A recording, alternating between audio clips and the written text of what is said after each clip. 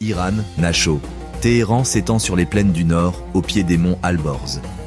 Abritant 15 millions d'habitants, cette ville mêle harmonieusement histoire, commerce et modernité. Des rues animées du Grand Bazar à l'horizon dominées par la tour Milad, Téhéran est une ville de contraste. Ici, des traditions séculaires côtoient le rythme effréné de la vie urbaine, offrant aux voyageurs un premier aperçu des multiples facettes de l'Iran. Votre découverte de la ville commence souvent par ses monuments emblématiques. La tour Azadi, avec ses arches de marbre blanc, symbolise le Téhéran moderne. Son architecture géométrique reflète les aspirations du milieu du XXe siècle, tandis que la place qui l'entoure accueille des événements culturels et des rassemblements publics. La tour Milad, l'une des plus hautes du monde, domine les quartiers nord.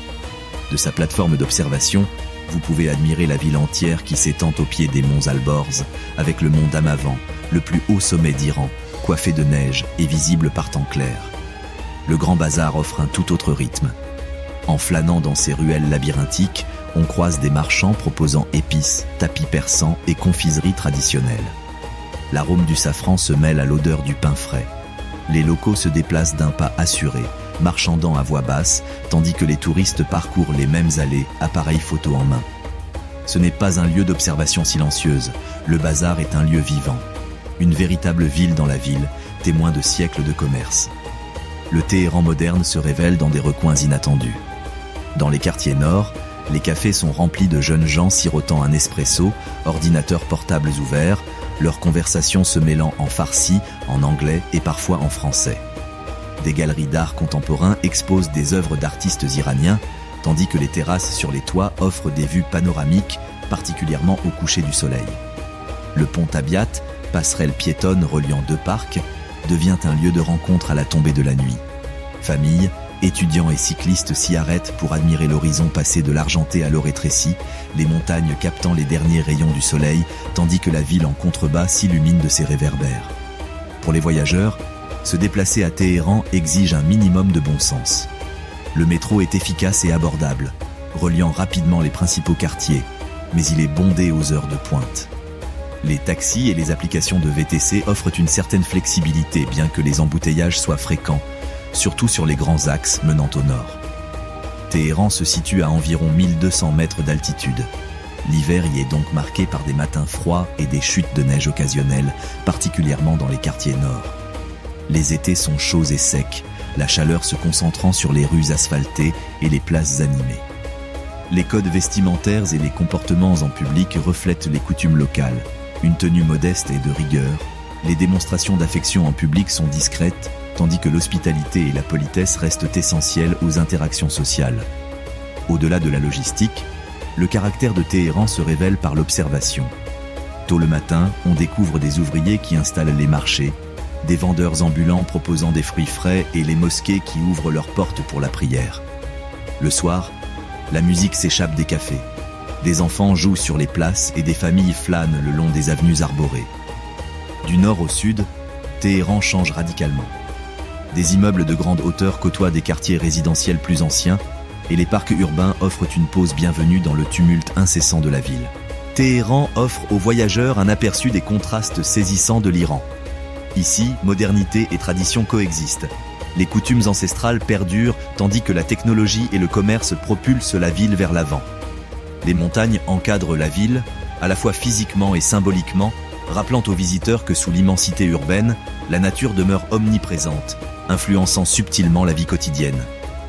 En observant Téhéran depuis un toit, en arpentant ses rues animées ou en traversant le pont Tabiat au crépuscule, la première impression de l'Iran s'impose.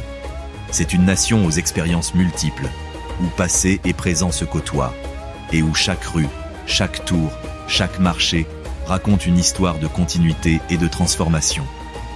Au cœur du centre historique de Téhéran, le palais de Golestan témoigne de l'ambition et du génie artistique de la dynastie Qajar. Classé au patrimoine mondial de l'UNESCO, ce complexe mêle tradition persane et influences européennes, illustrant une période où l'Iran, tout en conciliant modernisation et préservation d'un héritage royal séculaire, s'apprête à conquérir le monde. Pour les visiteurs, Golestan est à la fois un musée et une expérience immersive, un lieu où l'histoire est palpable dans chaque salle et chaque jardin. Le complexe palatial s'étend sur plusieurs cours, chacune possédant son propre style architectural. Les sols en marbre reflètent la lumière du soleil filtrant à travers de hautes fenêtres, tandis que les murs sont ornés de carreaux peints représentant des fleurs, des oiseaux et des scènes de cour. Les visiteurs qui pénètrent dans la salle du trône de marbre sont immédiatement frappés par l'immensité du lieu. D'immenses miroirs recouvrent les murs, captant l'éclat des lustres en cristal et le multipliant dans toute la pièce. Chaque surface est travaillée avec soin, des portes en bois sculptées au plafond doré, témoignant à la fois de la grandeur de la cour Qajar et du savoir-faire des artisans qui l'ont créé. Le palais de Golestan n'est pas un bâtiment unique, mais un ensemble de salles, de pavillons et de jardins. Le Shamsol-e-Marais, avec ses tours jumelles, témoigne de la fascination de la dynastie pour l'architecture européenne. Du toit, on peut admirer la vieille ville de Téhéran qui s'étend à ses pieds, tandis que les fontaines des jardins, par leurs murmures et leurs mouvements, créent une atmosphère de sérénité au cœur de l'agitation urbaine. Des allées de marbre et des couloirs carrelés relient les cours, offrant aux visiteurs la possibilité d'apprécier les variations de style, de couleurs et d'échelle, un véritable récit visuel de puissance et de raffinement. La modernisation se manifeste dans les moindres détails. Luminaires à gaz remplaçant d'anciennes lampes à huile, escaliers de style européen et murs de miroirs conçus pour impressionner et affirmer un statut social élevé.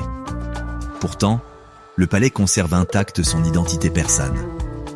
Les carreaux, les sculptures en plâtre finement ciselées et les fresques témoignent de siècles de tradition artistique, se mêlant aux innovations de l'époque Qajar. C'est une histoire racontée non par les mots, mais par la pierre, le verre et la couleur. Un dialogue entre le passé et le présent en pleine mutation de l'Iran du XIXe siècle. Pour les voyageurs, le musée offre des informations pratiques en plus de son attrait esthétique. Le prix d'entrée est modique, et les visites guidées permettent de mieux comprendre les salles les plus importantes, de la salle du trône de marbre à la salle brillante. La photographie est autorisée dans la plupart des espaces, mais il est demandé aux visiteurs d'éviter l'utilisation du flash afin de préserver les surfaces fragiles. Le palais est ouvert le matin et ferme en début de soirée. En semaine, il y a moins de monde, ce qui permet de le visiter dans un cadre plus paisible.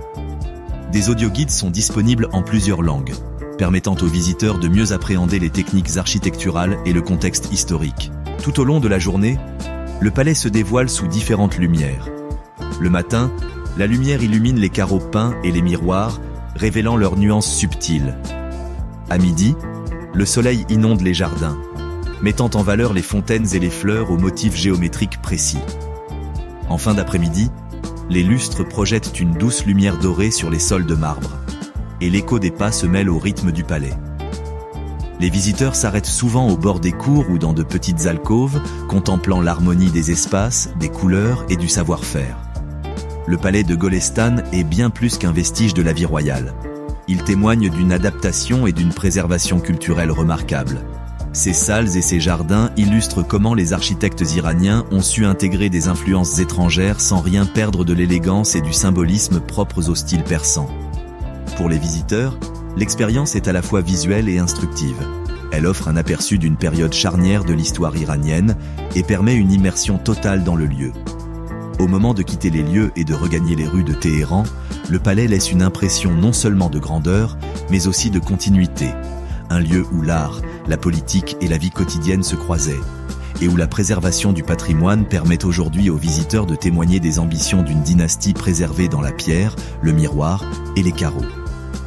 Situé sur le plateau central iranien, à mi-chemin entre Téhéran et Ispahan, Kashan est une ville façonnée par le climat désertique et des siècles d'ingéniosité humaine. Malgré son environnement aride, Kashan a longtemps été un foyer de culture, de commerce et d'artisanat. Ses ruelles étroites et ses maisons en pisé témoignent d'une ville qui ne s'est pas développée par hasard, mais grâce à l'adaptation à un environnement hostile et à une quête de beauté, de fonctionnalité et de tradition. La ville est réputée pour sa production d'eau de rose. Au printemps, les roseraies qui l'entourent s'animent de couleurs et de parfums. Les artisans perpétuent des méthodes ancestrales. Tôt le matin, les alambics en cuivre sont remplis de pétales de rose et d'eau, chauffés lentement à feu doux. La vapeur diffuse le parfum dans l'atelier, où il se condense en une eau de rose limpide recueillie dans des récipients en laiton. Observer ce processus permet de saisir pleinement la contribution unique de Kashan à la culture iranienne, un artisanat intimement lié à la terre et aux saisons.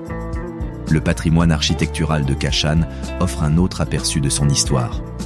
La mosquée Aga Bozorg, construite à la fin du XVIIIe siècle, illustre l'architecture domestique persane appliquée aux édifices religieux.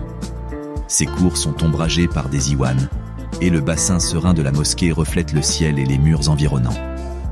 Non loin de là, la maison Tabatabaei, une résidence privée du XIXe siècle, témoigne de la manière dont les familles aisées géraient la chaleur et la lumière du soleil. Des tours à vent, hautes ouvertures conçues pour faire circuler l'air frais dans les pièces, ponctuent les toits. En parcourant les couloirs, on perçoit la circulation savamment étudiée de l'air et de la lumière, preuve de siècles d'adaptation à la vie désertique. Les marchés locaux témoignent du rôle que la ville continue de jouer comme centre artisanal. Au bazar, les objets en cuivre scintillent au soleil et les marchands exposent des tapis tissés à la main, ornés de motifs traditionnels de Kashan. Épices, fruits secs et céramiques bordent les ruelles étroites, tandis que visiteurs et habitants déambulent entre les étals, négociant les prix selon un rythme familier. Les bruits de la ville, le martelage du cuivre, le crissement des pas sur le sol de pierre, le léger parfum d'eau de rose composent une expérience riche et complexe, mêlant commerce, artisanat et vie quotidienne. Pour les voyageurs, quelques conseils pratiques sont essentiels. Le centre de Kashan est compact, ce qui permet de découvrir la plupart des sites à pied. Le meilleur moment pour s'y rendre est le début du printemps, lorsque les roseraies sont en fleurs et que les températures sont douces, même si l'automne offre un climat tout aussi agréable. L'hébergement est varié, allant des maisons historiques restaurées aux hôtels modernes, dont beaucoup offrent une vue sur les tours à vent et les cours intérieures. Le respect des coutumes locales, notamment le port de vêtements modestes et une attitude polie dans les quartiers résidentiels, garantit un séjour réussi. Tout au long de la journée, des scènes révèlent le caractère de la ville. La lumière du matin illumine les roseraies et les ruelles étroites, créant un contraste saisissant entre les fleurs roses et les murs empisés. À midi, le calme règne dans les cours intérieures, la chaleur incitant les habitants à se réfugier à l'intérieur, ce qui met en évidence l'effet rafraîchissant de l'architecture. La fin d'après-midi est le moment le plus spectaculaire. Le soleil projette de longues ombres sur les fenêtres en bois sculpté et se reflète dans les flaques d'eau, tandis que les bruits des marteaux de cuivre et l'animation des marchés résonnent à nouveau. Les visiteurs s'arrêtent souvent à un coin de rue où la brise emporte le parfum des roses, ou s'attardent dans une cour pour admirer la tour à vent capter les derniers rayons du soleil. Kashan incarne un équilibre subtil entre l'ingéniosité humaine et l'environnement désertique. Elle fait le lien entre le silence des paysages arides et le dynamisme de la vie urbaine, offrant aux voyageurs la possibilité de découvrir l'artisanat traditionnel, l'innovation architecturale et la continuité culturelle au sein d'une ville compacte. Ici, l'histoire ne se fiche pas sous vitrine mais se vit au quotidien dans le mouvement de l'air à travers les tours à vent, la distillation soignée des roses et le rythme incessant des marchés et des maisons. Au moment de votre départ, Kashan vous aura offert bien plus que des paysages. Elle vous aura offert une leçon d'adaptation et de soins esthétiques, une expérience tangible d'une ville où la survie dans le désert et la beauté coexistent, discrètement et constamment, à travers des siècles d'efforts humains. Perché sur les pentes de la chaîne de Carcasse, dans les montagnes du centre de l'Iran, Abiané se dresse fièrement. Ses maisons rouges argile s'élèvent en terrasse sur un fond escarpé. Les teintes terreuses du village reflètent la nature du sol, fusionnant architecture et paysage en une identité visuelle unique. En flânant dans Abiané, on a l'impression que le temps s'est arrêté. D'étroites ruelles serpentent entre les maisons en terrasse, les portes en bois sont peintes d'un rouge profond et de petits escaliers mènent à des cours où les grenadiers captent le soleil. Abiané est réputé non seulement pour son architecture singulière, mais aussi pour la préservation de son patrimoine culturel. Nombre de ses habitants âgés continuent de porter les vêtements traditionnels. Les femmes en longues jupes à plusieurs épaisseurs et foulards aux couleurs vives, les hommes en tuniques simples et chapeaux de laine. Leur langue conserve des expressions et des prononciations d'antan, offrant un aperçu rare de l'histoire linguistique iranienne. Les conversations dans ces rues révèlent une continuité de vie largement épargnée par la modernisation rapide qui a marqué d'autres régions du pays. Les visiteurs sont immédiatement frappés par l'isolement du village. Abiané se situe loin des grands axes routiers et n'est accessible que par une route sinueuse qui grimpe à travers les montagnes. Cet isolement a préservé son caractère unique. Les maisons sont restées pour la plupart inchangées et les coutumes locales se perpétuent sans interruption. Nombre de foyers utilisent encore des méthodes traditionnelles de chauffage et de cuisson, et les terrasses agricoles qui entourent le village sont soigneusement entretenues, produisant fruits et céréales dans un climat qui exige une grande attention aux détails et une capacité d'adaptation. Les scènes qui se déploient dans tout le village regorgent de textures et de mouvements. Le matin, la lumière du soleil caresse les murs d'argile, illuminant les rues en escalier et les petites fontaines nichées dans les recoins. Des artisans suspendent tapis et textiles aux portes pour les faire sécher au soleil. Des enfants jouent dans les ruelles étroites, leur rire résonnant sur les marches de pierre. Dans une cour, les villageois partagent des fruits secs et des noix avec les visiteurs, souriant et engageant la conversation malgré la barrière de la langue.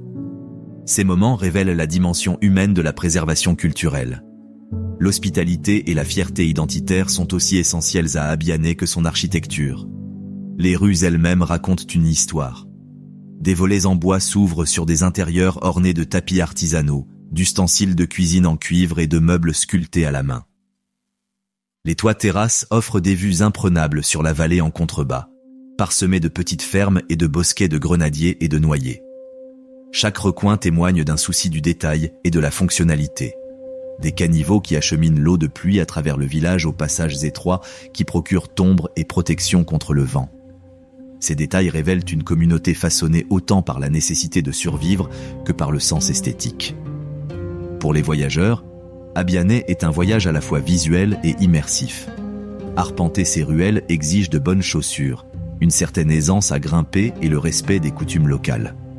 La photographie est autorisée, mais il est conseillé aux visiteurs de demander la permission avant d'entrer dans les cours ou les maisons privées. Le village est particulièrement saisissant en automne, lorsque le soleil magnifie la terre rouge et que les arbres fruitiers se parent de teintes flamboyantes, et au printemps, lorsque les fleurs sauvages tapissent les flancs des collines. Le charme intemporel d'Abiané réside dans la persistance de son identité. Malgré les influences extérieures, le village continue de fonctionner comme il l'a fait depuis des générations, mêlant vie pratique et riche expression culturelle.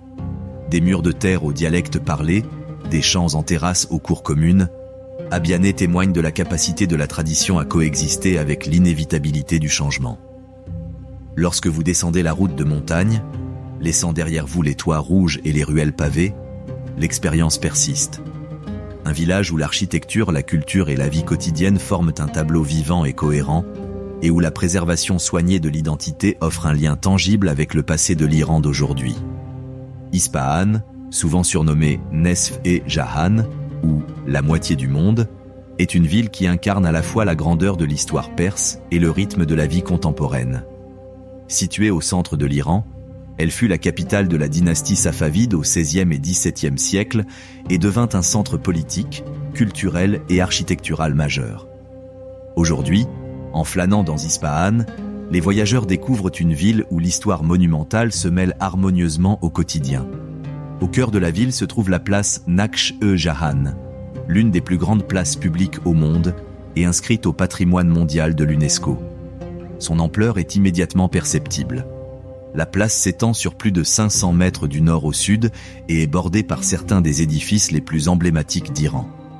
La mosquée de l'imam, avec son dôme turquoise élancé, capte la lumière de manière changeante au fil de la journée, tandis que des carreaux géométriques complexes recouvrent ses murs et ses arches, témoignant de la précision et du talent des artisans safavides. De l'autre côté de la place, la mosquée Cheikh Lotfollah présente une décoration raffinée, avec des dômes plus petits et des couleurs plus douces qui créent une élégance discrète contrastant avec la vaste esplanade. La place est animée.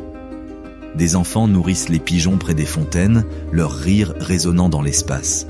Des calligraphes, assis sur des nattes le long des abords, tracent des lignes régulières sur des feuilles de papier, traduisant des siècles de poésie persane en une écriture fluide.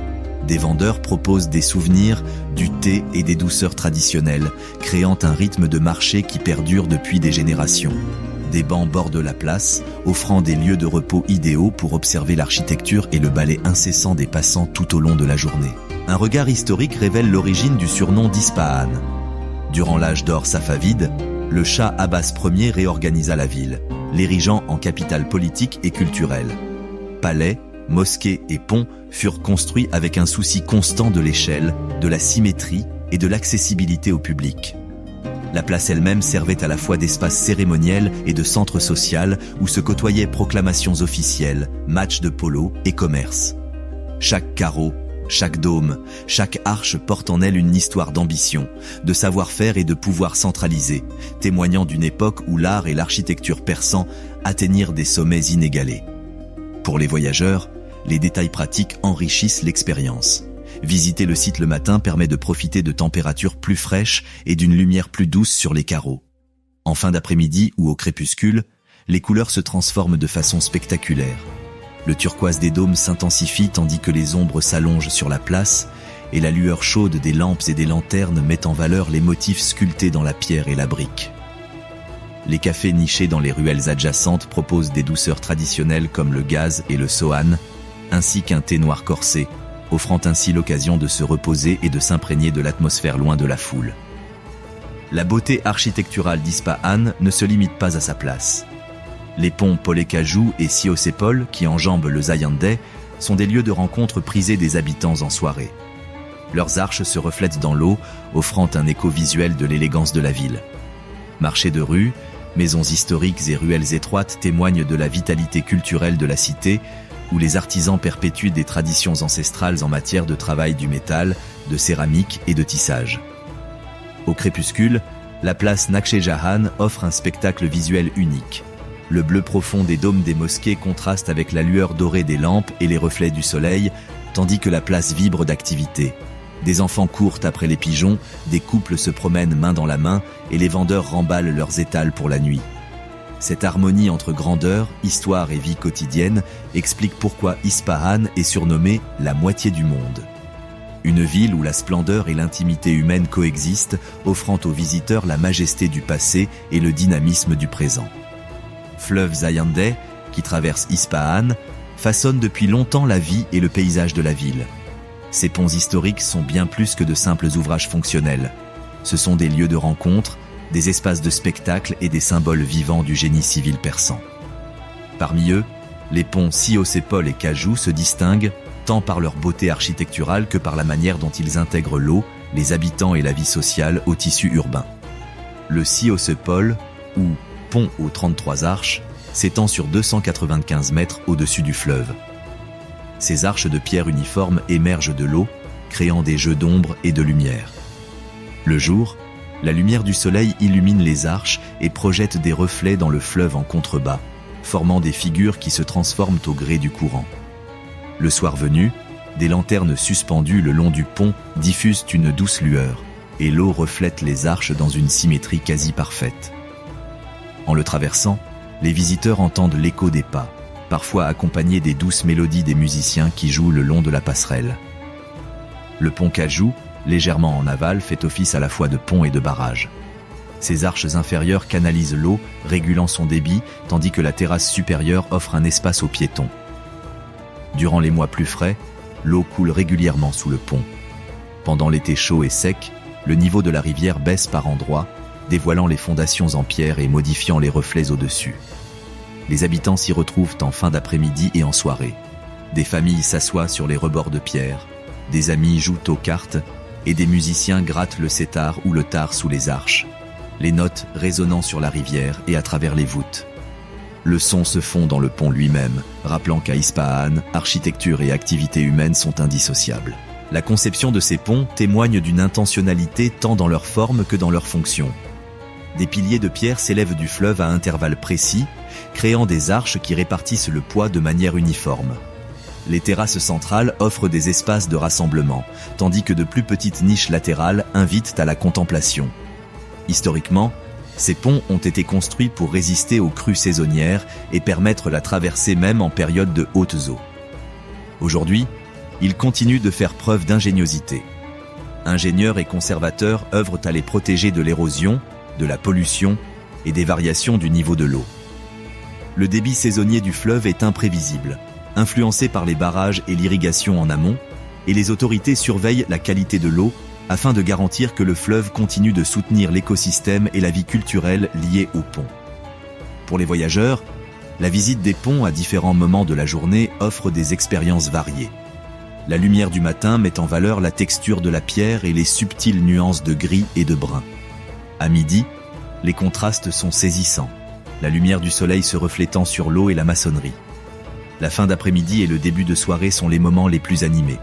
Familles, adolescents et touristes s'y retrouvent, projetant de longues ombres et emplissant l'air de rires et de voix. Les photographes capturent les reflets à la surface du fleuve, tandis que ceux qui traversent simplement les arches ressentent le rythme d'une ville en mouvement, harmonisé par le calme de l'eau en contrebas. Les ponts d'Ispahan sont un lieu de rencontre entre utilité, art et présence humaine. Ils relient non seulement les deux rives de la ville, mais aussi le passé et le présent. La pierre, vieille de plusieurs siècles, soutient le quotidien moderne, tandis que le fleuve, en contrebas, continue de façonner le paysage et la culture. Depuis la terrasse, les rires d'enfants, les notes de musique et l'écho des voix dans les arches de pierre témoignent de la manière dont l'architecture publique s'anime au contact des usagers. Une fois les rives du fleuve franchies, les ponts laissent une empreinte indélébile. Des structures non seulement traversées, mais habitées. Siossepol et Cajou sont une architecture vivante, conçue pour durer, et pourtant façonnée par les personnes qui s'y rassemblent, l'eau qui coule en dessous, et le rythme d'une ville qui respire autour d'eux. En cela, ils incarnent la poésie discrète d'Ispahan. Forme et fonction, histoire et vie, s'entremêlant dans la pierre et l'eau. Au cœur du désert central iranien, Yazd se dresse comme une ville façonnée par la seule nécessité de la survie. Ces maisons de briques de terre crue s'étendent sur le paysage aride, leur chaude teinte ocre se fondant dans le sable environnant. Classée au patrimoine mondial de l'UNESCO, Yazd est non seulement une merveille architecturale, mais aussi un exemple vivant de 4 millénaires d'adaptation aux conditions extrêmes du désert. En parcourant ces rues, la ville révèle à la fois ingéniosité et continuité, où chaque ruelle, chaque toit et chaque cour raconte une histoire de la vie dans le désert. L'horizon est marqué par les tours à vent, hautes structures conçues pour capter et canaliser les brises fraîches vers les habitations, assurant une ventilation naturelle bien avant l'avènement de la climatisation moderne. Ces tours ponctuent le paysage urbain, côtoyant de fins minarets et dômes, et forment un langage visuel alliant fonctionnalité et esthétique. Les maisons en briques de terre crue de la ville s'élèvent souvent sur plusieurs étages, avec des murs épais qui maintiennent la fraîcheur intérieure durant les chaudes journées d'été et la chaleur durant les froides nuits du désert. D'étroites ruelles forment des passages ombragés, permettant aux habitants comme aux visiteurs de se déplacer dans la ville avec un confort relatif. Yazd est également un haut lieu du patrimoine zoroastrien.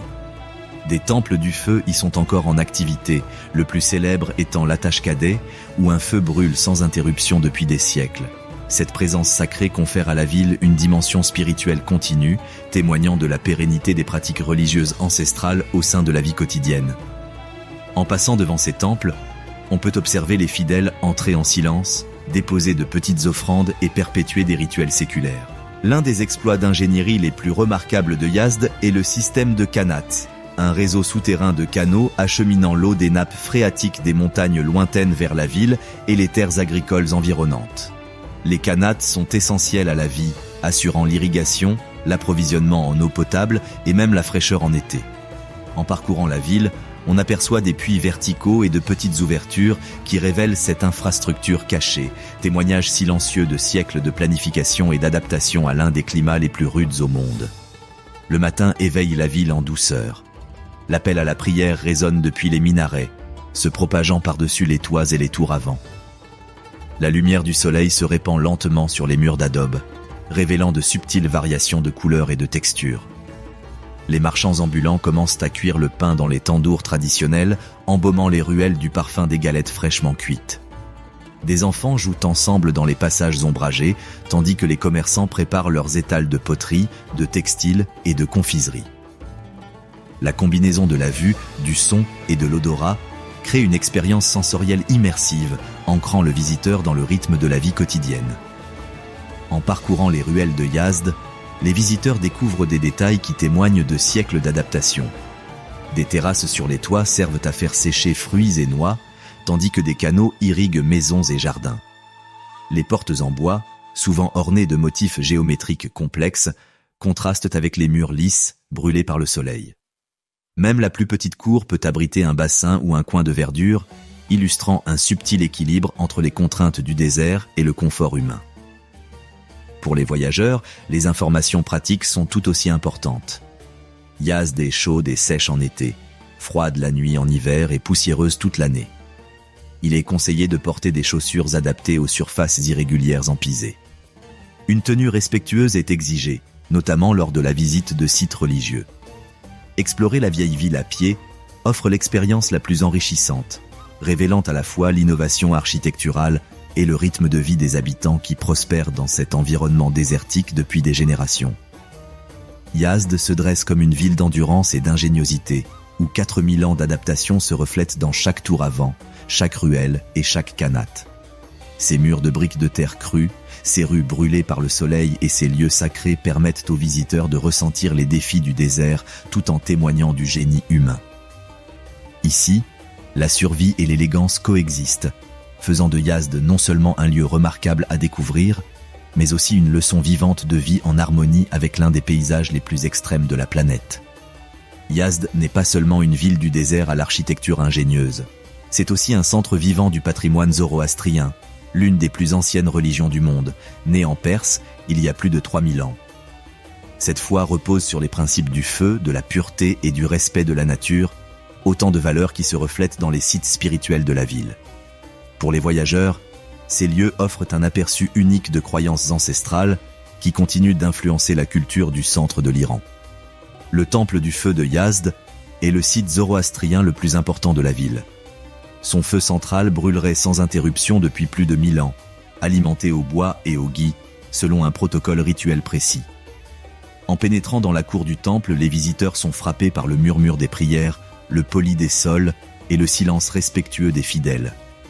Le temple lui-même est de taille modeste, mais riche en symbolisme.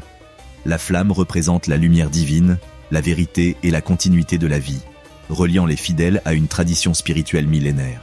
À quelques minutes de route de la ville se dressent les tours du silence, perchées sur une colline désertique dominant la plaine.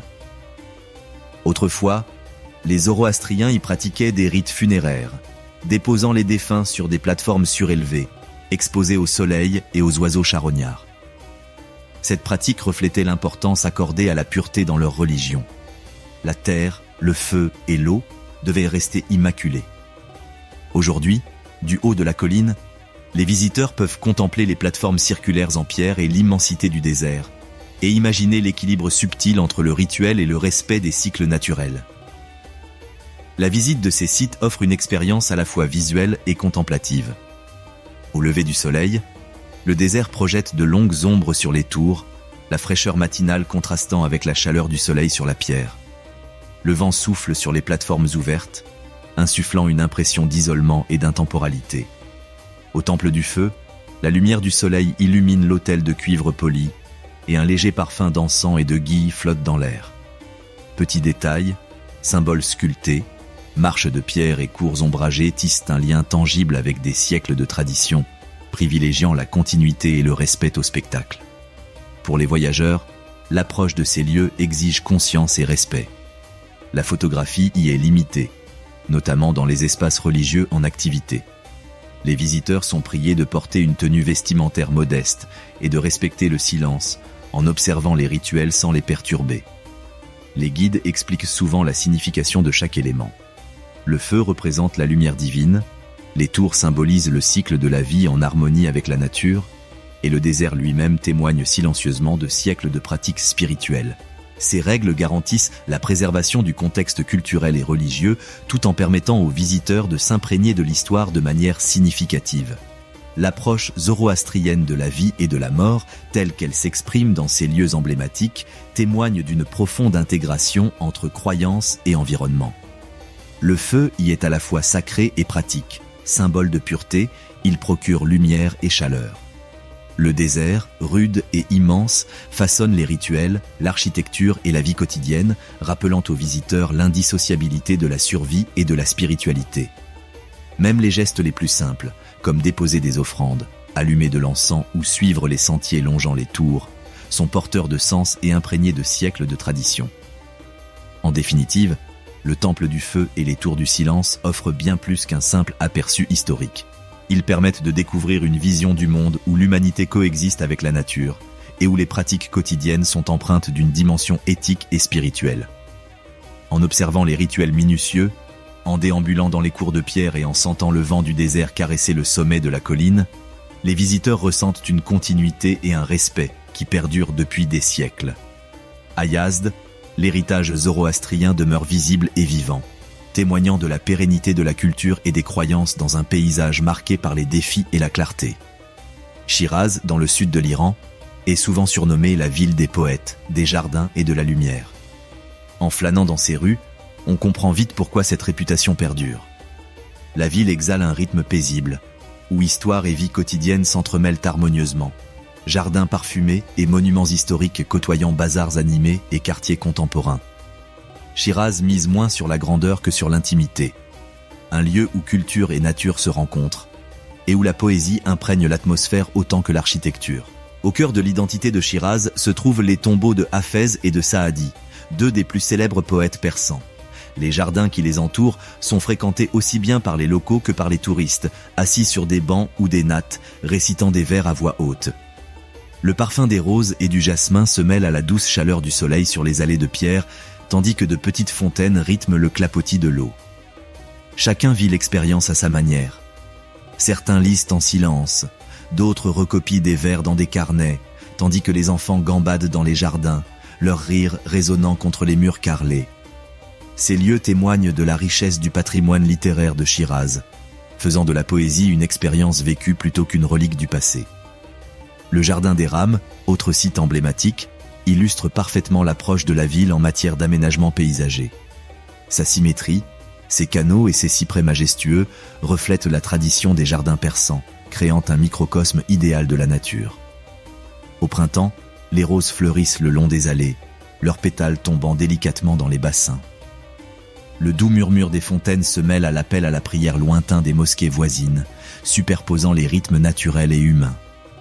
Le soir venu, une nouvelle métamorphose s'opère. La lumière du soleil carrelé révèle de subtils motifs turquoise, or et terre cuite, créant une harmonie visuelle à la fois travaillée et naturelle. Chiraz est aussi une ville de petits plaisirs sensoriels.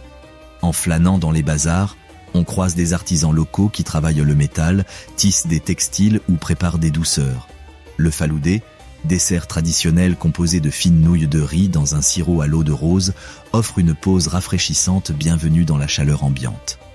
Les cafés servent un thé noir corsé et des pâtisseries, tandis que des terrasses ombragées donnent sur des jardins ou d'étroites ruelles. Même une brève pause pour savourer un thé permet aux visiteurs de s'imprégner des textures de la ville, du murmure de l'eau, des conversations des habitants et du spectacle des arbres en fleurs se détachant sur les murs d'adobe. L'architecture et le paysage urbain dégagent une intimité égale.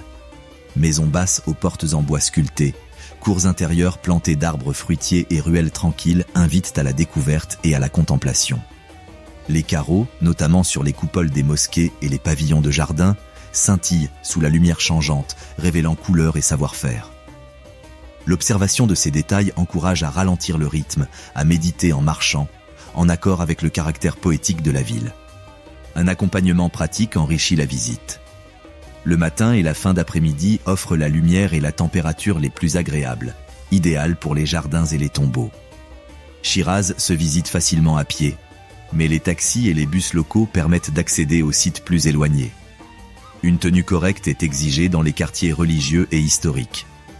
Les visites guidées ou les audioguides approfondissent la compréhension de la ville, révélant les liens entre son paysage, son patrimoine littéraire et son innovation architecturale. Chiraz allie poésie, plaisir des sens et contemplation sereine. Ici, jardins, fontaines et cyprès offrent bien plus que de la beauté. Ils façonnent l'expérience humaine, invitant à la contemplation et au partage. À l'ombre du Jardin des Rames ou sous les arches du tombeau d'Hafez, les visiteurs ressentent à la fois continuité et sérénité, la lumière, les parfums et les vers de la ville créant un doux rythme qui définit Chiraz. Dans cette cité-jardin, l'histoire n'est pas figée. Elle est présente dans le mouvement, les senteurs et les sons, offrant aux voyageurs un sentiment d'appartenance profondément humain et intemporel. Persépolis, située près de l'actuel Chiraz, était la capitale cérémonielle de l'Empire achéménide, fondé par Darius Ier vers 518 avant notre ère.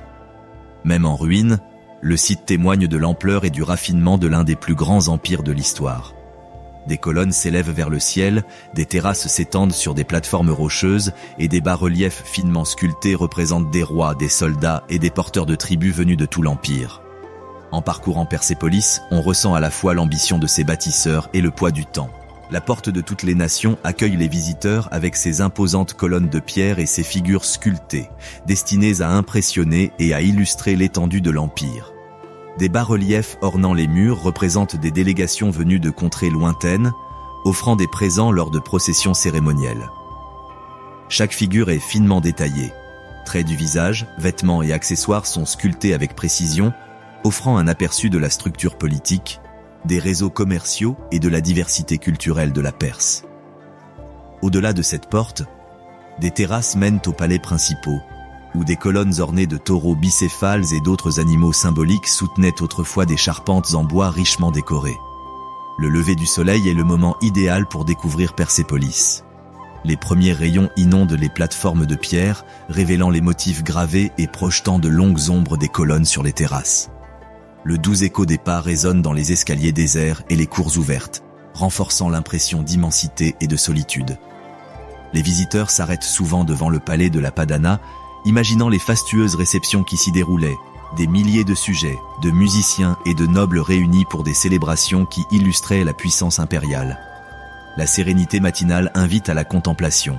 La ville, jadis animée d'une intense activité cérémonielle, est désormais silencieuse et ouverte au vent et au soleil. Le contexte historique enrichit l'expérience. Persépolis était un symbole de la grandeur de l'Empire perse, représentant l'autorité, l'art et l'innovation. Pourtant, elle était aussi vulnérable.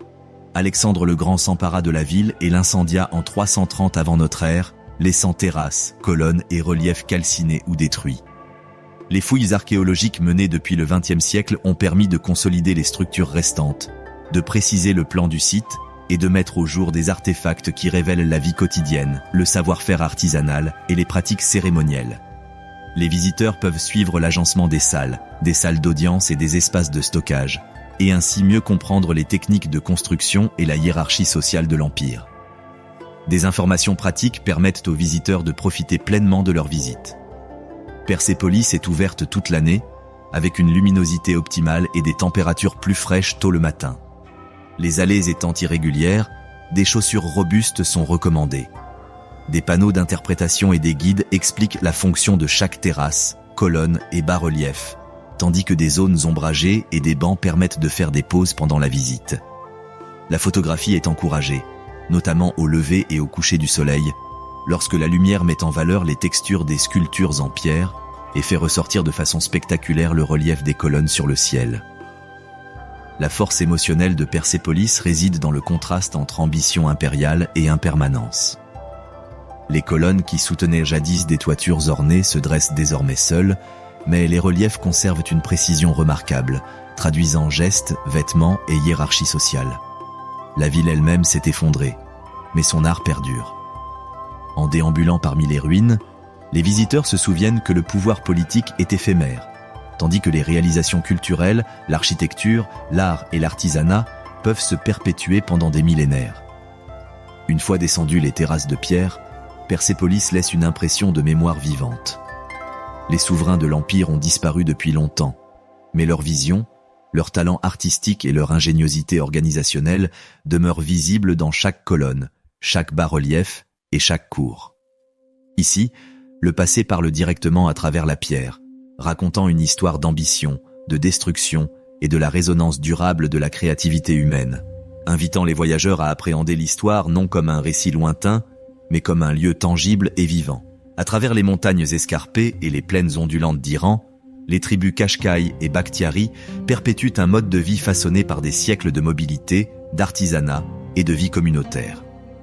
Leurs migrations saisonnières, qui consistent à déplacer leurs troupeaux entre les plaines hivernales et les pâturages d'été, suivent un rythme dicté par le climat, le relief et les traditions. Pour les voyageurs, la rencontre avec ces communautés nomades offre un aperçu saisissant de leur résilience, de leur capacité d'adaptation et de la force indéfectible des liens familiaux et tribaux.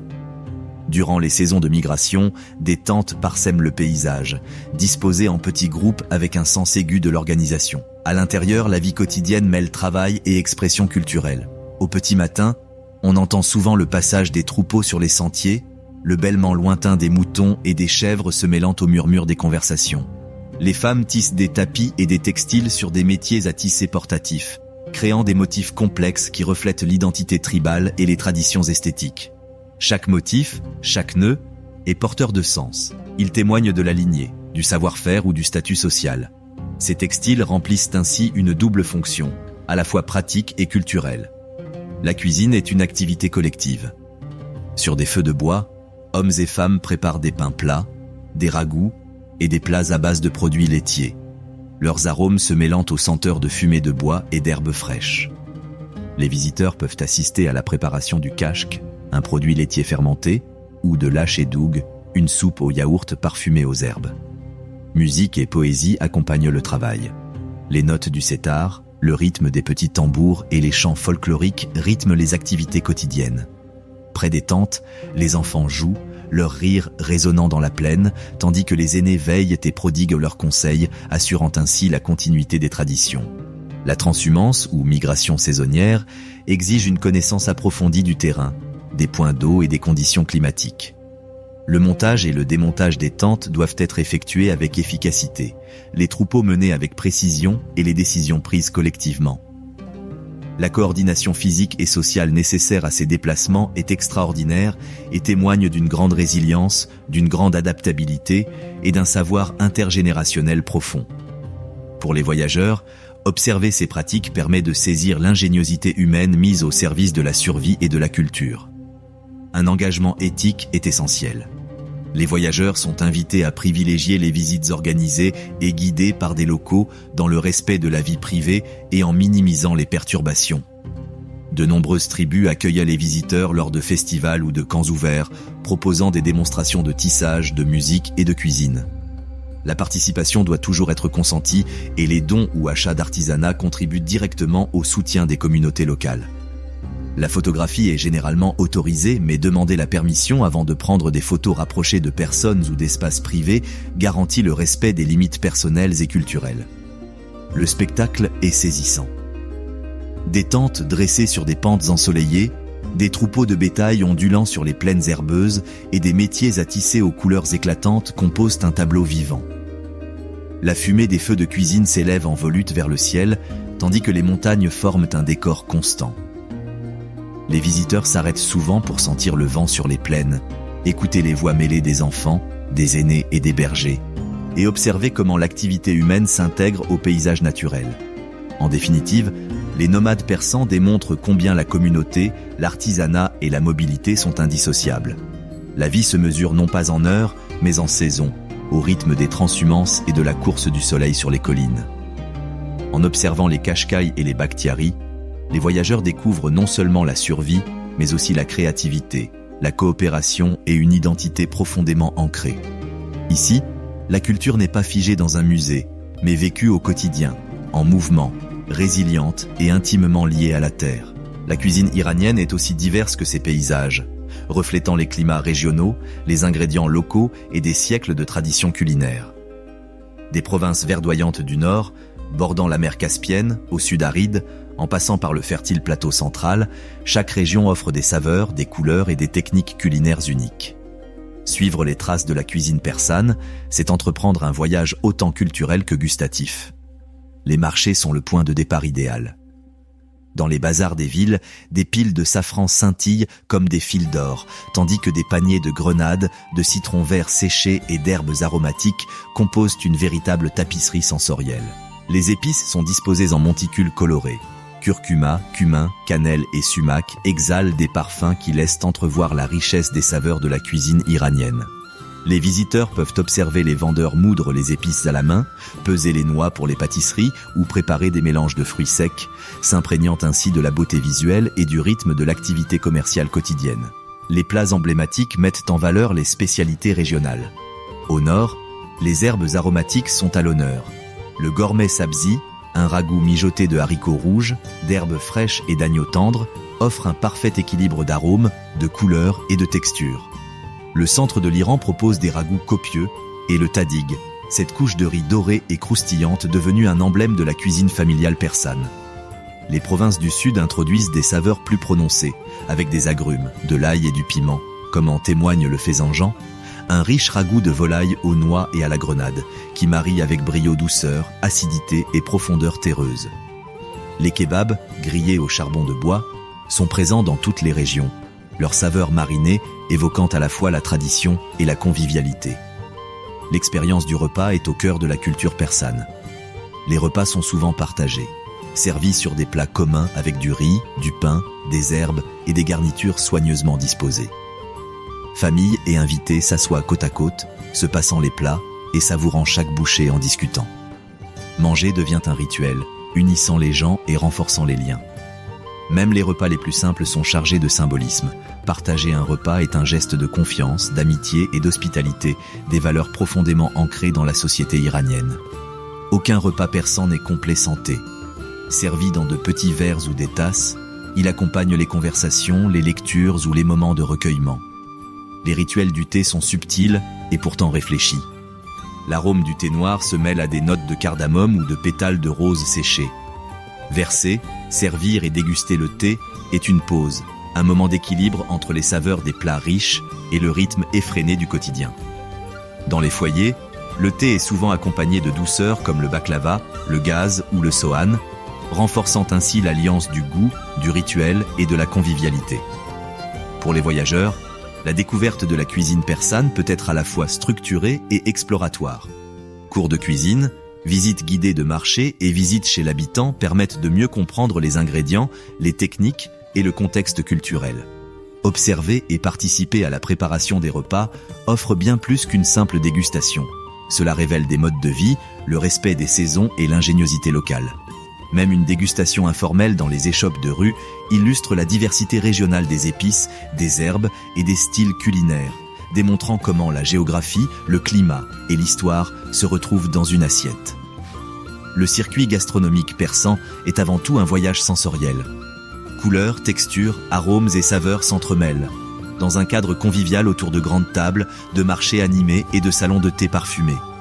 Chaque bouchée témoigne de siècles d'adaptation, d'échanges culturels et d'un souci du détail.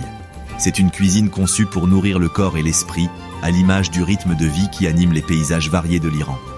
Pour les visiteurs, suivre ce circuit est une invitation non seulement à goûter, mais aussi à vivre les valeurs, la créativité et l'hospitalité qui définissent la culture persane, un repas à la fois. Les déserts iraniens offrent des paysages vastes et contrastés où la lumière, les couleurs et le silence façonnent chaque expérience. Parmi les plus remarquables, citons le Dasht-e-Kavir sur le plateau du centre-nord et le Dasht-e-Lut au sud-est. Tous deux présentent des extrêmes de température, de relief et de beauté visuelle, offrant aux voyageurs une rencontre brute avec la nature et l'immensité du pays. Le Dasht-e-Kavir, aussi appelé le Grand Désert de sel, s'étend sur des milliers de kilomètres carrés. Sa surface alterne entre salines, plaines de gravier et dunes basses. La lumière du soleil transforme les croûtes de sel en d'éblouissantes mosaïques blanches, reflétant le ciel en des motifs changeants à chaque heure. De petits arbustes et des herbes robustes parsèment le paysage, témoignant d'une vie adaptée à la rareté de l'eau et à la chaleur extrême. Des caravanes de chameaux et des écotours guidés permettent aux visiteurs de traverser certaines parties du désert en toute sécurité, en leur faisant découvrir les itinéraires traditionnels, les techniques de survie et l'écologie locale. Même une courte marche sur le sel durci procure un sentiment d'isolement et d'immensité.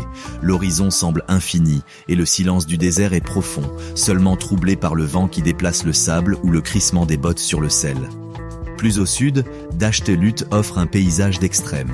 Classé au patrimoine mondial de l'UNESCO pour sa géologie unique, Lut détient le record des températures de surface les plus élevées de la planète, dépassant les 70 degrés Celsius en été. Ces caloutes, longues crêtes sculptées par le vent, s'élèvent comme des fortifications naturelles, tandis que d'immenses étendues de roches volcaniques noires contrastent fortement avec les dunes de sable clair. Des mirages scintillent à l'horizon, non pas comme des phénomènes mystiques, mais comme des effets d'optique dus à une chaleur et une lumière intense. Visiter Lut exige une planification minutieuse. Les températures déterminent le moment du voyage, l'approvisionnement en eau est essentiel et les guides fournissent des informations cruciales pour une exploration en toute sécurité. Dans le désert, la présence humaine se mêle au spectacle de la nature. Des caravanes de chameaux sillonnent les dunes basses, leurs mouvements mesurés et rythmés, laissant des traces que le vent efface peu à peu. La nuit, le désert se métamorphose. Le soleil se couche avec une clarté soudaine, parant les dunes de teintes dorées et rouges. Les étoiles scintillent avec une intensité éblouissante dans l'obscurité totale, préservée de toute lumière artificielle, offrant aux visiteurs des panoramas célestes rarement observés ailleurs. L'alliance du silence, de l'immensité et du ciel crée une expérience émotionnelle ancrée dans l'observation, non dans la légende. Le désert impressionne par sa réalité, par ses extrêmes de chaleur, de texture et d'espace. Des conseils pratiques enrichissent le voyage. La meilleure période pour voyager s'étend de la fin de l'automne au début du printemps, lorsque les températures sont plus clémentes. Les voyagistes proposent l'accès aux zones protégées, des informations sur la géologie et la flore, ainsi que des conseils pour les bivouacs dans le désert. Il est conseillé aux visiteurs de s'habiller en plusieurs couches, de se protéger du soleil et du sable, et de respecter les écosystèmes fragiles du désert, notamment les croûtes de sel et les espèces végétales endémiques. La maîtrise des techniques de survie, de la lecture du terrain à la gestion responsable de l'eau, est essentielle à toute exploration responsable. Les déserts témoignent aussi de l'adaptation humaine. Historiquement, les caravanes s'appuyaient sur les oasis et les repères naturels pour s'orienter, et les communautés nomades qui bordèrent le Kavir ont appris à vivre avec l'eau rare et dans des conditions climatiques rigoureuses. Les écotourismes modernes s'inspirent de ces pratiques ancestrales, privilégiant un tourisme respectueux de l'environnement, la sécurité et l'observation du territoire plutôt que sa domination. À Dasht-e-Kavir et Lut, les visiteurs sont confrontés à l'immensité et à la rudesse du cœur aride de l'Iran. Les dunes ondulent comme des vagues figées dans le sable, les marais salants scintillent sous le soleil et le ciel nocturne s'ouvre sur des plaines infinies. Ici, le silence n'est pas synonyme de vide. Il est une attention portée aux détails. Le souffle du vent, le bruit des pas sur le sable, le tintement lointain des clochettes des chameaux. Par une observation attentive, les voyageurs perçoivent le caractère du désert. Austère, exigeant et d'une beauté spectaculaire. Dans ces vastes paysages, les déserts iraniens suscitent l'admiration non par le mythe, mais par la réalité, par la lumière persistante, le sable mouvant et le calme profond qui caractérisent la vie dans des conditions extrêmes. Loin des déserts du centre de l'Iran, la côte caspienne offre un tout autre visage du pays. Luxuriante, humide et vibrante de vie grâce à l'eau et à la végétation. Les provinces de Gilan et de Mazandaran s'étendent le long de la rive sud de la mer Caspienne, où les montagnes plongent dans l'eau, les rivières creusent des vallées fertiles et les rizières se déploient en terrasses sur les plaines. Pour les voyageurs, cette région offre un contraste sensoriel saisissant. Des paysages d'un vert éclatant, le parfum des feuilles de thé et de la terre humide, et le murmure des vagues et des ruisseaux. Les matins sur la côte sont particulièrement enchanteurs. Les pêcheurs poussent de petites barques en bois dans les eaux calmes, gris-vertes, leurs filets scintillant de rosée et les poissons miroitant sous les premiers rayons du soleil. Des maisons sur pilotis s'élèvent au-dessus des vasières, reliées par d'étroites passerelles en bois. Dans les villages voisins, l'arôme du pain frais et des herbes aromatiques embaument les cuisines tandis que les habitants commencent leur journée.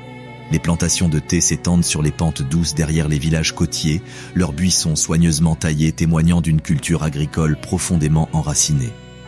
Les cueilleurs cueillent les feuilles avec précision, le mouvement rythmé de leurs mains se reflétant dans les rangées ordonnées en contrebas.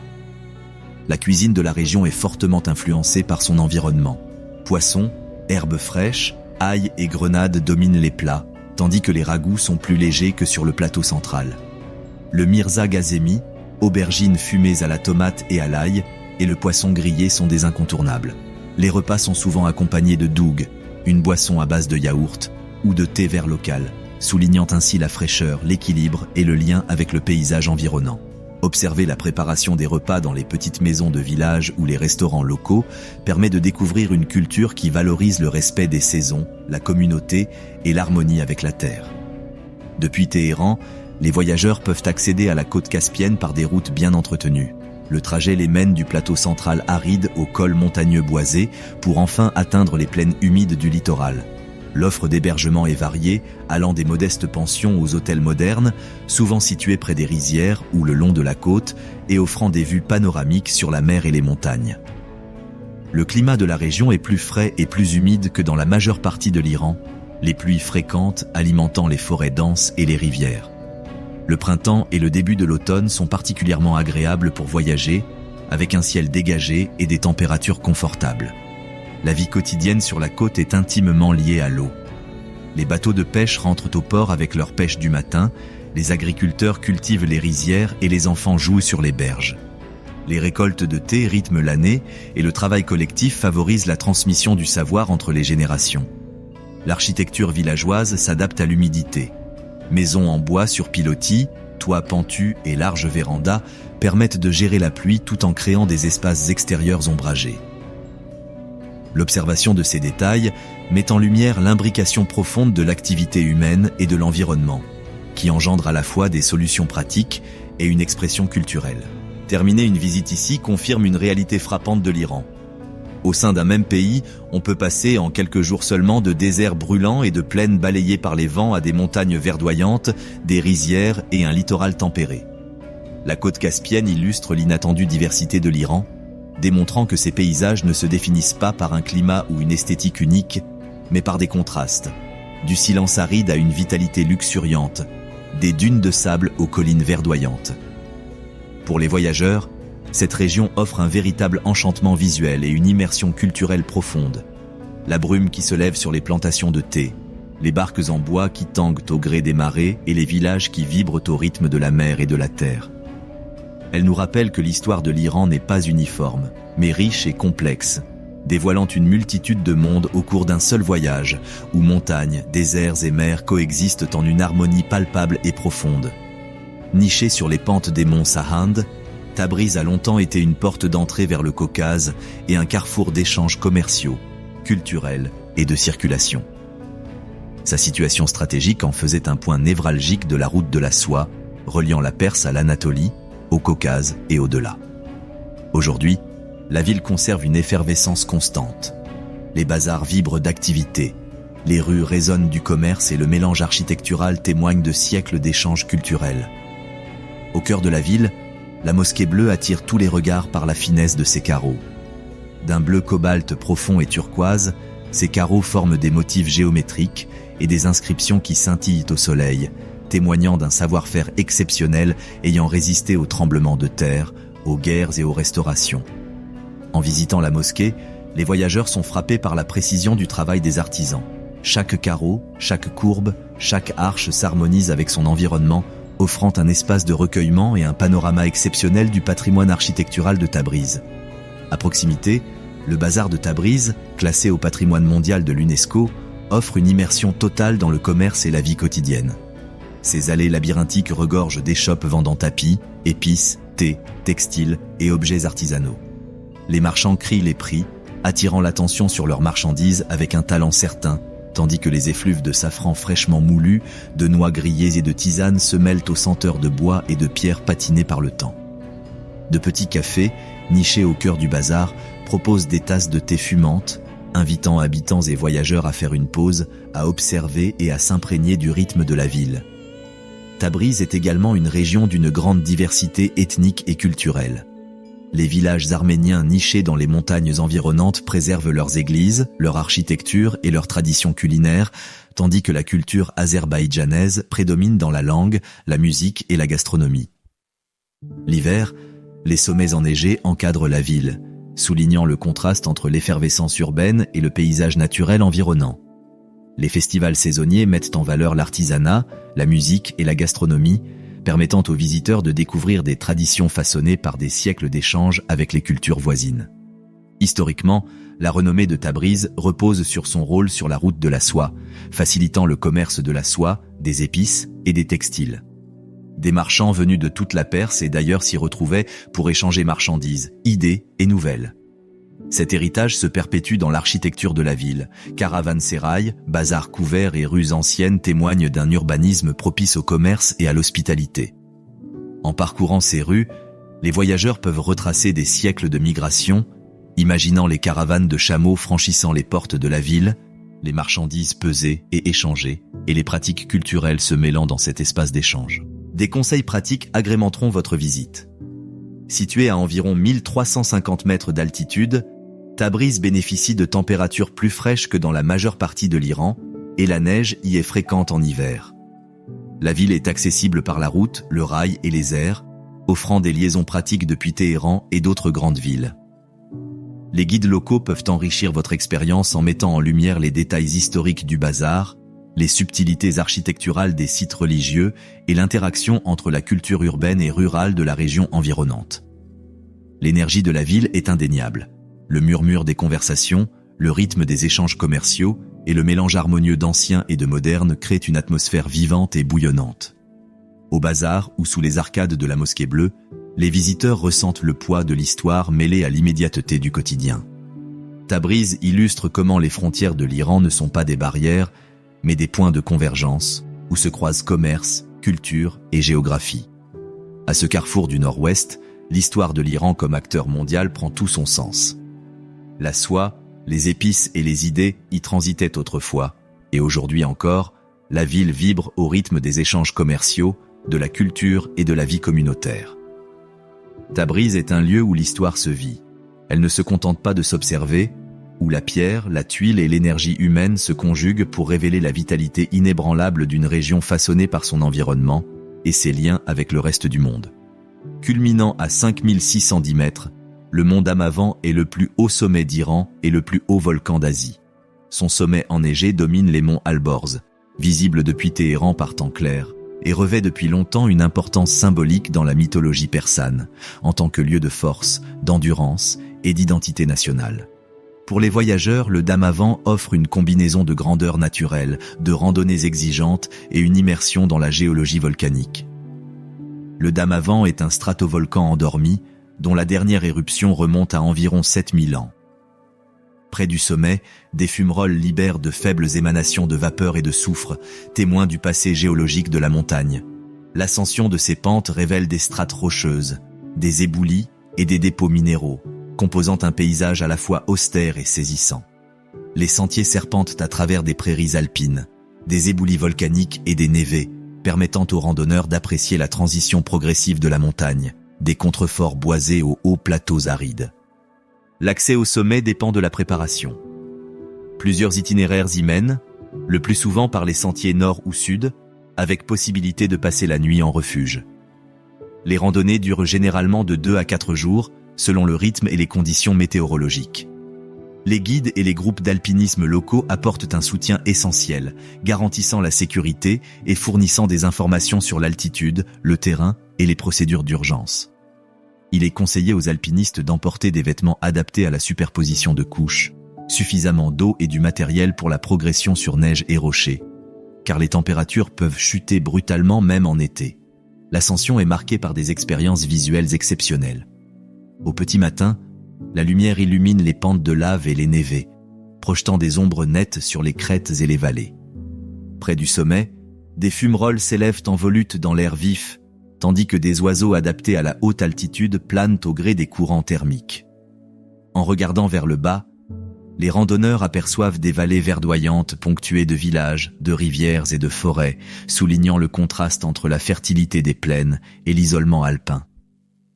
Au sommet, le panorama s'étend sur le nord de l'Iran, la mer Caspienne au loin et les crêtes de l'Alborz qui se déploient à l'est et à l'ouest. L'effort physique fourni pour atteindre ce point renforce la prise de conscience de l'immensité du lieu et la perspective personnelle. Le mont Damavand revêt également une importance culturelle.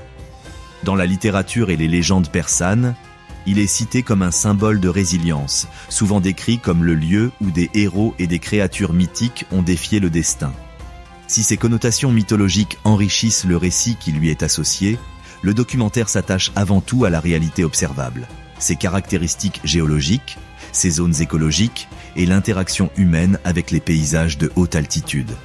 Sentiers, cairns et petits abris témoignent de la manière dont les alpinistes et les communautés locales se sont adaptés à cet environnement au fil des siècles. Pour une planification pratique, la meilleure période s'étend de la fin du printemps au début de l'automne, lorsque l'enneigement est raisonnable et les températures relativement douces. Les voyagistes locaux proposent un soutien logistique, le transport jusqu'au point de départ des sentiers et des conseils d'acclimatation. Les visiteurs sont invités à respecter les écosystèmes alpins fragiles, à ne pas jeter de déchets et à suivre les sentiers balisés afin de préserver l'intégrité naturelle de la montagne. L'ascension du Damavand est une histoire de défis physiques et de merveilles naturelles. Les alpinistes ressentent le poids et la présence de la montagne, perçoivent l'énergie latente sous leurs pieds tout en profitant de l'air pur, du terrain rocailleux et des panoramas à couper le souffle. Chaque pas, des contreforts jusqu'au sommet, souligne le contraste entre l'effort humain et l'échelle géologique, offrant une compréhension profonde de la diversité topographique de l'Iran. Le mont Damavand est à la fois un site naturel emblématique et un symbole culturel, un sommet où l'exploit physique se mêle au spectacle visuel, et où les voyageurs peuvent découvrir la beauté austère, la géologie pérenne et la signification symbolique du toit de la Perse. Situé à environ 140 km au sud de Téhéran, Qom est l'un des centres les plus importants de l'islam chiite en Iran, tant sur le plan spirituel qu'éducatif. La ville attire des pèlerins, des étudiants et des érudits venus de tout l'Iran et du monde islamique, offrant aux visiteurs un aperçu des rythmes de la dévotion, de l'étude religieuse et des pratiques culturelles. Pour les voyageurs, Qom est un lieu où la foi se manifeste concrètement, tout en leur permettant de découvrir avec respect les lieux saints et les communautés. Au cœur de la ville se dresse le sanctuaire de Fatima Mazoumeh, un édifice religieux majeur, reconnaissable à ses dômes et minarets dorés, ainsi qu'à ses vastes cours. Ce sanctuaire honore Fatima Mazoumeh, sœur du 8e imam chiite, et constitue un haut lieu de pèlerinage.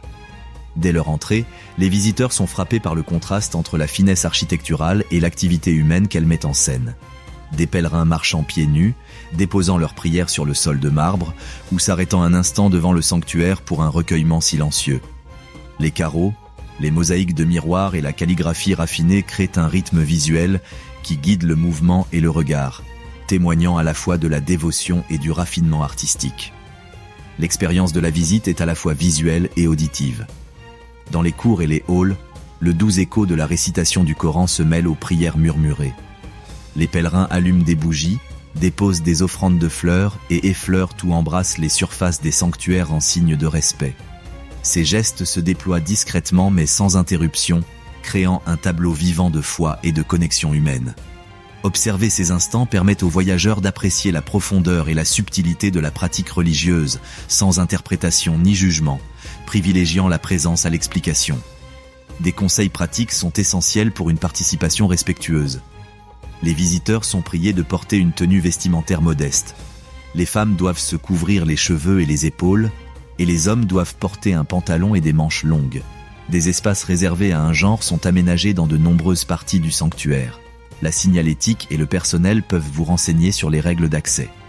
La photographie est autorisée dans certaines cours, mais interdite dans les zones sensibles, notamment à proximité des fidèles. Le silence, l'absence de comportement intrusif et le respect des consignes locales garantissent la sécurité et le respect des rituels en cours. Au-delà du sanctuaire, Qom est aussi une ville d'études et de savoir. De nombreuses madrasas et écoles religieuses animent ses rues, leurs cours et leurs amphithéâtres témoignant du rôle de la ville comme centre d'enseignement chiite. Des librairies bordent les ruelles étroites, proposant textes religieux, commentaires et articles de dévotion. En flânant dans ces quartiers, les voyageurs peuvent observer le croisement entre vie quotidienne, études et commerce, et constater comment la tradition et le savoir façonnent le rythme social. Pour les visiteurs, le choix du moment et la vigilance enrichissent l'expérience. Tôt le matin et en fin d'après-midi offrent une lumière plus douce et des espaces plus calmes propices à l'observation. Les cours intérieurs proposent des coins ombragés pour faire une pause, et les visites guidées ou les rencontres avec les habitants peuvent expliquer le contexte, les rituels et l'histoire sans imposer d'interprétation. Même une brève observation des activités religieuses révèle des schémas structurés, une participation communautaire et l'harmonie des éléments visuels, auditifs et spatiaux qui définissent l'atmosphère sacrée de la ville. Paysage spirituel iranien, un lieu où se mêlent foi, architecture et dévotion. Les dômes dorés scintillent au soleil, les mosaïques miroitantes reflètent la terre et les pèlerins cheminent avec recueillement sur les sols de marbre. L'observation de ces éléments permet aux voyageurs d'apprécier la culture vivante de la dévotion, la continuité d'une pratique religieuse séculaire et le soin apporté à la préservation de ce lieu sacré.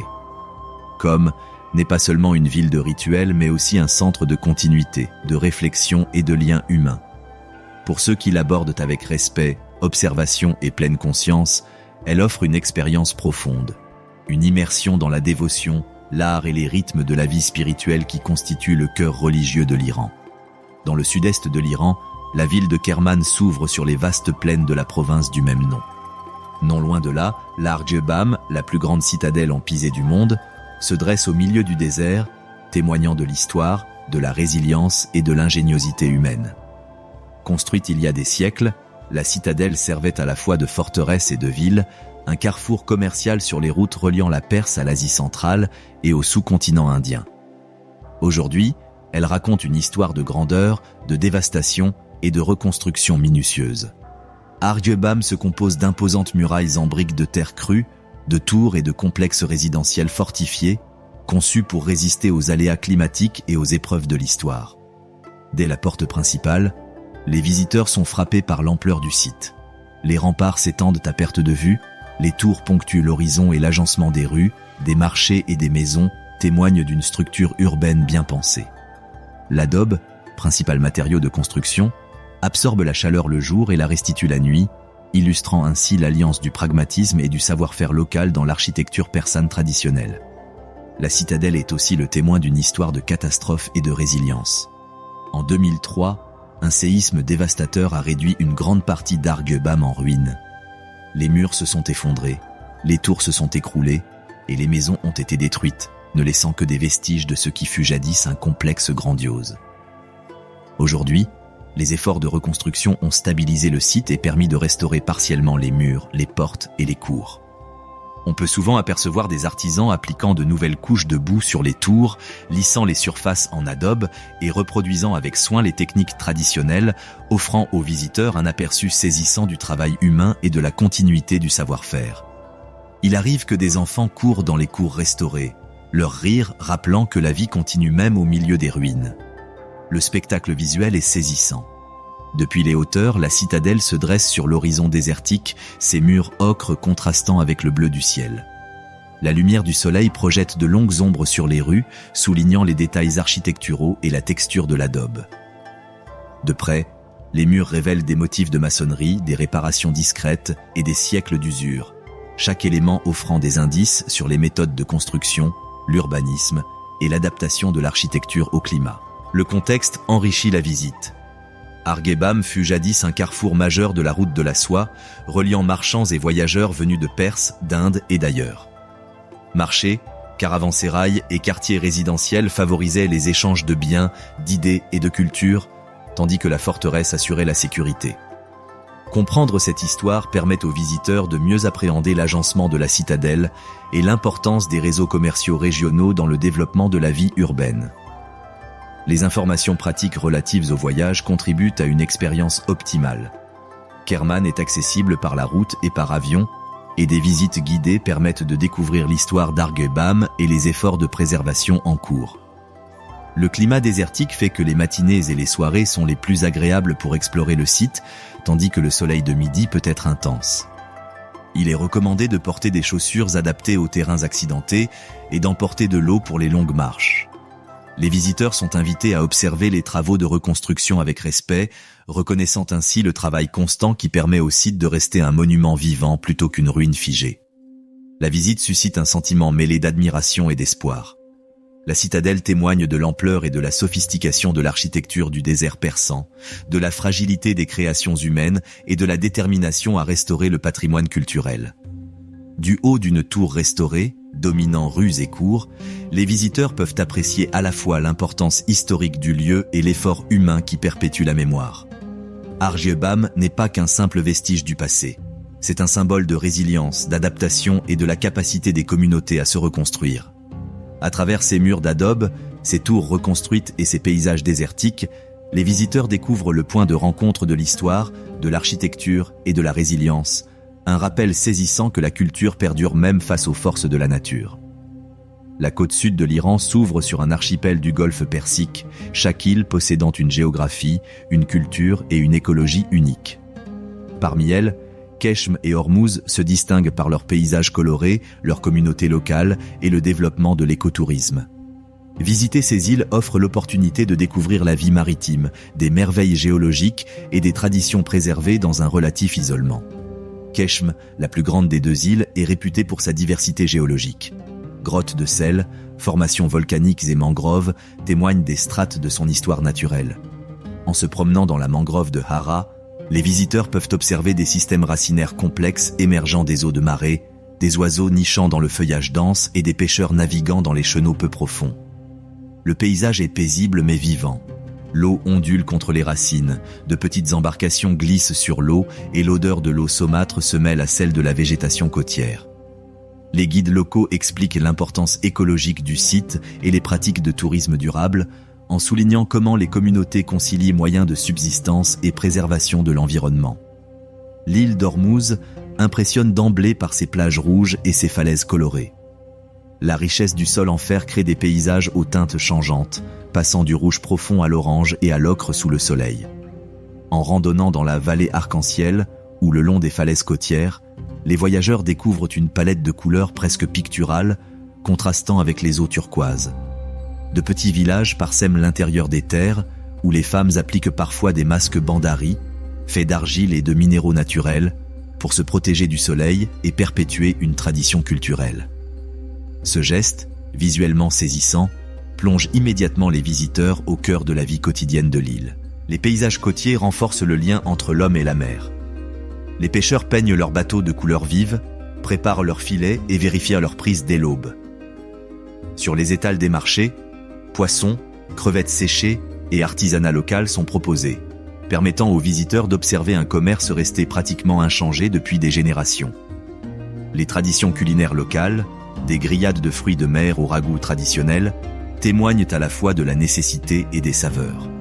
Partager un repas en famille ou dans un petit café permet de mieux comprendre le quotidien rythmé par les marées, le climat et les cycles saisonniers des poissons.